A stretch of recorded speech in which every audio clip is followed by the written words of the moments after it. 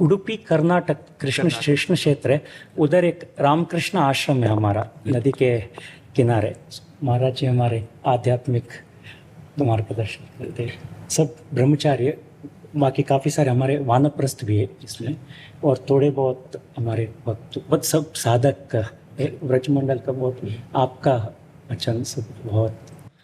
सबसे यही प्रार्थना है हमारी, साधना का मूल स्वरूप है संसार और शरीर के राग का नाश हो जाना।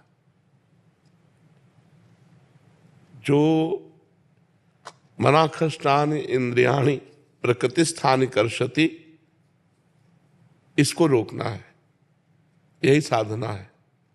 जो हमारी 5 ज्ञानेंद्रियां शब्द स्पर्श रूप रस गंध को लेकर विषय भोगों के लिए लालायित रहती हैं, उनमें विचरण करती हैं, देह भाव से युक्त होकर हम कर्ता भोक्ता भाव में युक्त हैं, इसी का नाश करना है।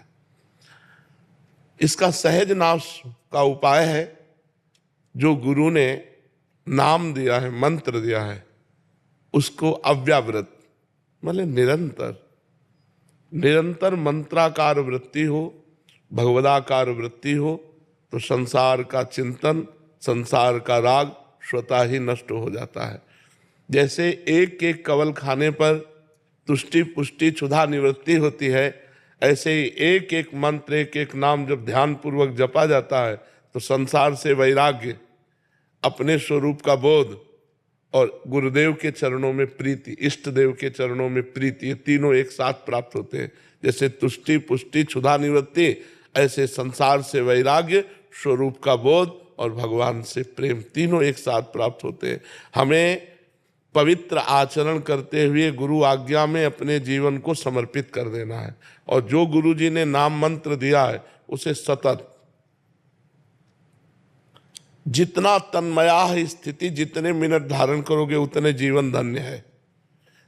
और संसार के जितने शुभ कर्म हैं ये सब भगवत प्राप्ति कराने में समर्थ नहीं है। ये यहां से लेकर के बहुत तक ब्रह्मलोक तक ले जा सकते हैं, लेकिन आ ब्रह्म पर्यंतम सर्वम मायामयम जगत, आबम ब्रह्मा से लेकर के यहाँ तक सब मायामय है। तो हमारा कार्य है माया मुक्त होना। भगवान ने कहा आ ब्रह्म भुवनान लोकान पुनरावर्तिनो अर्जुन, ये बार बार आने जाने, अब आने जाने वाला काम नहीं करना। अगर हम फिर आए तो कर्म बंधन मुक्त होकर आए और अपने भगवान का यश विस्तार करें, जगत मंगल करें, तो आए, नहीं कर्म बंधन में जड़ जीव की तरह अब हमें बंध के नहीं आना। इसलिए निरंतर नाम जप, निरंतर ईश्वर का चिंतन, तन्मयाहा।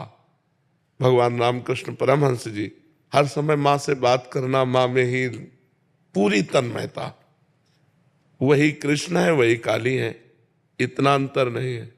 जो काली है वही कृष्ण है, जो कृष्ण है वही काली है। एक परम तत्व है, तत्व दो चार नहीं होते, अनंत रूप उसके होते हैं, अनंत लीला विभाग उसके होते हैं, अनंत उपासनाएं होती है, लेकिन तत्व एक ही होता है। तो हर समय हम तत्व चिंतन वाले बने, भगवत चिंतन परायण बने, संसार के राग का त्याग करके इसी जन्म में भगवत साक्षात्कार करें, तो हमारा जीवन धन्य हो जाएगा।